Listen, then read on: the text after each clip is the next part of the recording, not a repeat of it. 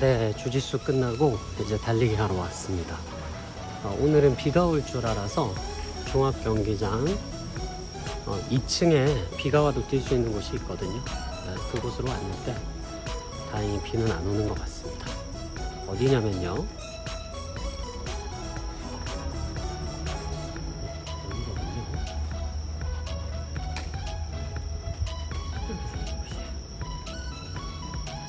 그렇죠. 여기서는 비가 와도 뛸 수 있는 트랙이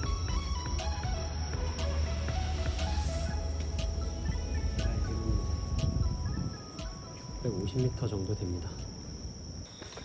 페이스는 6분대 정도.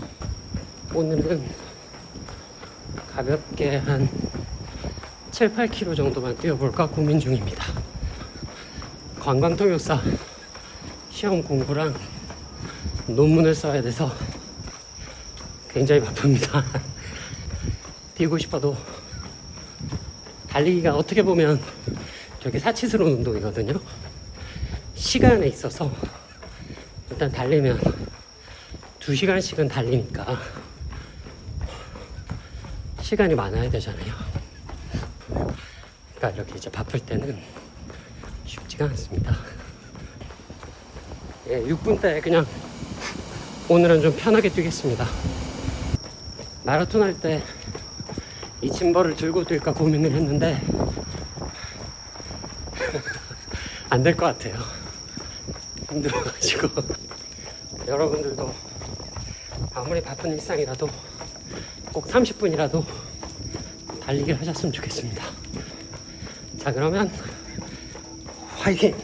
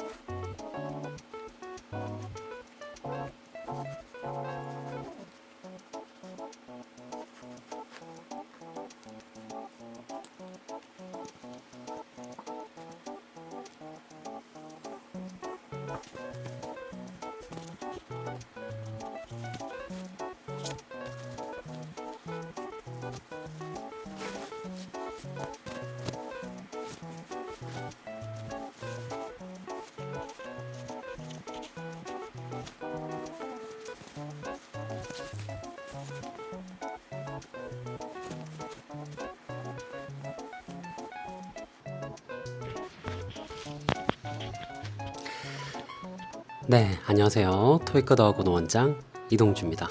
반갑습니다. 오늘은 넥타이 하고요. 그리고 구두 색깔을 맞춰봤고요.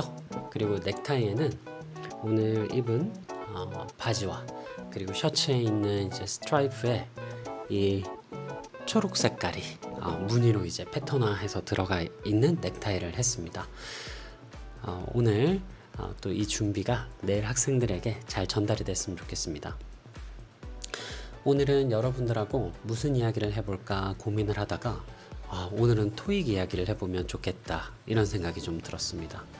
저희가 토익 중에서도 많은 학생들이 조금 고민을 하는 파트가 파트 5라고 생각을 합니다. 일반적으로 파트 5 같은 경우에는 어떤 강사 같은 경우에는 이런 식으로 수업을 할 겁니다. A타입의 강사는 형용사 앞에 부사가 와야 되니까요. 이 자리는 우리가 부사로 합시다. 자, 그리고 B타입의 강사는 이런 식으로 수업을 할 수 있습니다.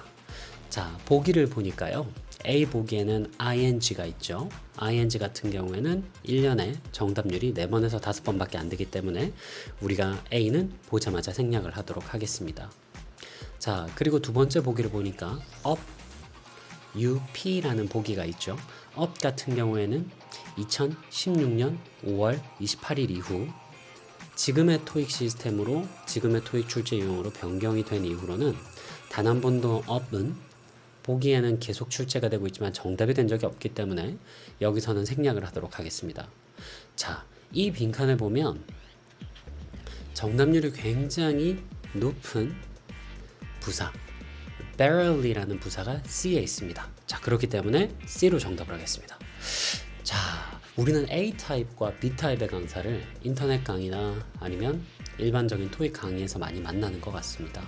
그리고 이런 강의를 들으면 어떻습니까? 굉장히 홀린 듯하게, 야, 이렇게 강의를 해주는 사람, 나는 영어 실력이 부족하니까 이런 사람의 강의를 들어야지만 점수가 나올 것 같아, 이렇게 이제 이야기를 하는 거죠.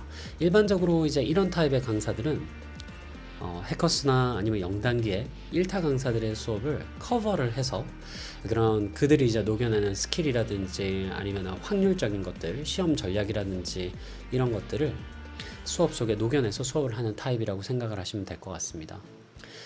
어떻게 보면 굉장히 노력을 하는 강사 타입이라고 볼 수가 있겠죠. 왜냐하면 인터넷 강의를 보지 않고 그들이 이런 스킬들을 만들어내는 건 굉장히 힘들거든요.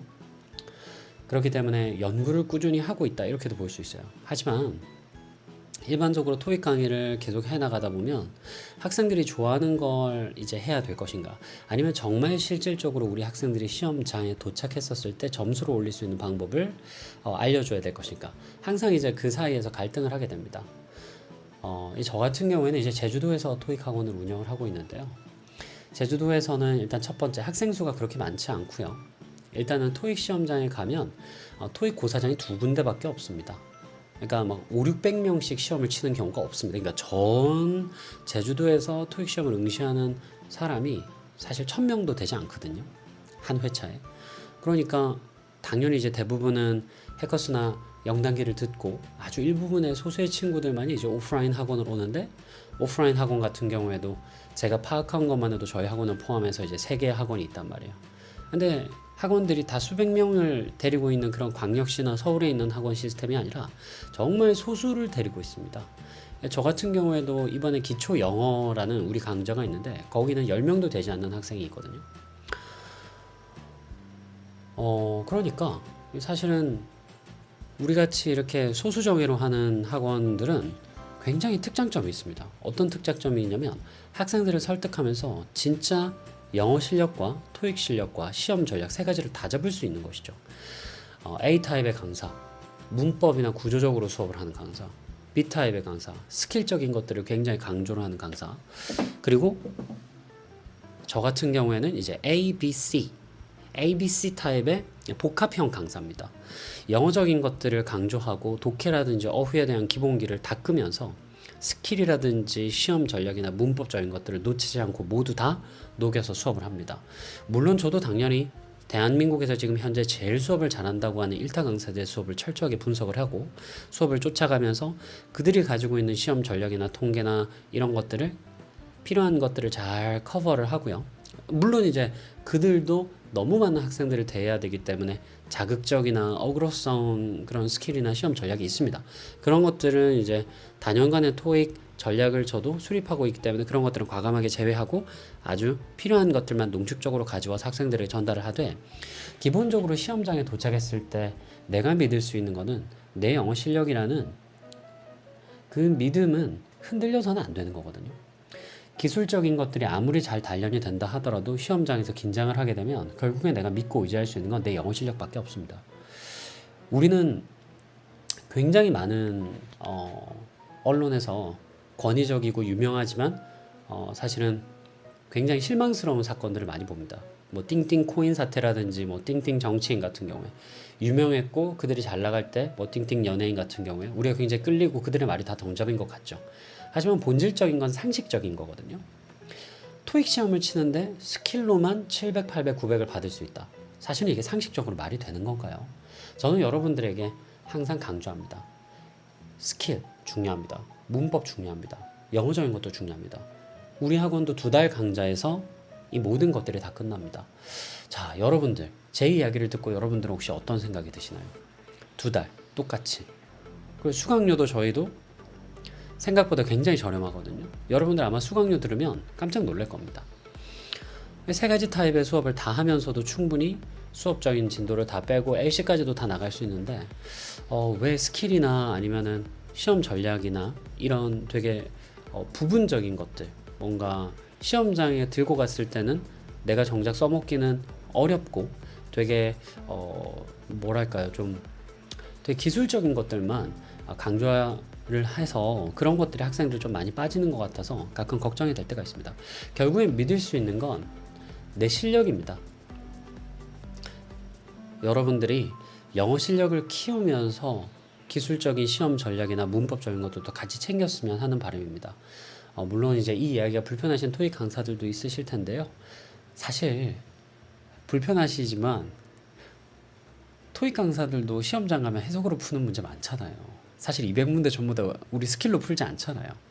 그래서 여러분들에게 물어보고 싶습니다. 진짜 200문제를 다 스킬로 풀 수 있다고 생각을 하시나요? 혹은 진짜 200문제를 전부 다 기술적으로 접근해서 문법적으로 다 풀 수 있다고 생각하시나요? 사실 아니잖아요. 지금이라도 제가 토익적인 이야기를 이렇게 좀 저도 좀 무서워요. 악플 받는 거 무서운데 이렇게 솔직하게 하는 이유는 실질적으로 수업을 해보면 학생들에게 영어적인 실력도 강조하는 게 맞다. 그리고 그렇게 했었을 때 소수정의 수업을 하면 학생들이 꼴등을 하더라도 점수 양상이 있다. 저는 이제 이런 통계 자료를 가지고 있기 때문에 조금 이야기를 해봤습니다. 오른발을 쓰면 왼발도 똑같이 잘 쓰는 손흥민 선수처럼 오른손으로도 골을 잘 넣고 왼손으로도 골을 잘 넣었던 유명한 농구 선수들처럼 우리도 스킬이나 문법만 집착하지 말고 영어 실력도 같이 키워서 토익 이후에 우리가 영어 회화나 앞으로 이어갈 수많은 영어 공부에서도 토익 공부에서 공부했었던 영어 실력을 가지고 갈 수 있는 여러분들이 됐으면 좋겠습니다. 오늘 제 이야기가 불편하신 분들이 있었다면 여러분들을 불편하게 하려는 의도도 아니고 뭔가 그 어그로를 끌려고 하는 의도도 아니니까요. 진심으로 사과드리고 이 이야기가 누군가에게는 큰 용기와 도움이 되길 바라고 그리고 또 이런 수업을 하는 게 맞을까라고 고민하는 한 3, 4년 차 정도의 토익 강사 후배들이 이 이야기를 혹시 듣는다면 우리 후배님들에게도 큰 도움이 됐으면 하는 바람입니다. 내일 이제 수업입니다. 이렇게 여러분들을 만나기 전날 항상 뭐 긴장도 되고 그리고 또 충분히 준비가 됐나? 내일 학생들을 만날 수 있을까? 매번 매 수업마다 준비를 하고 또 고민을 하는 시간들이 반복됩니다. 그래도 항상 제가 말씀드리듯이 이 안에 행복과 설레임이 동시에 공존합니다. 자, 이제 저는 곧 잘 거고요. 내일 또 여러분들 만날 설레임을 안고 잠에 들도록 하겠습니다. 여러분들 모두 평안한 밤 되시기 바라고요. 이 방송을 낮에 보시는 분들은 이 방송으로 하여금 여러분들에게 좋은 하루가 펼쳐지길 바랍니다. 진심으로 감사하고요. 오늘 제 긴 이야기 들어주셔서 감사합니다. 모두 모두 안녕. 가까이서 한번 볼까요?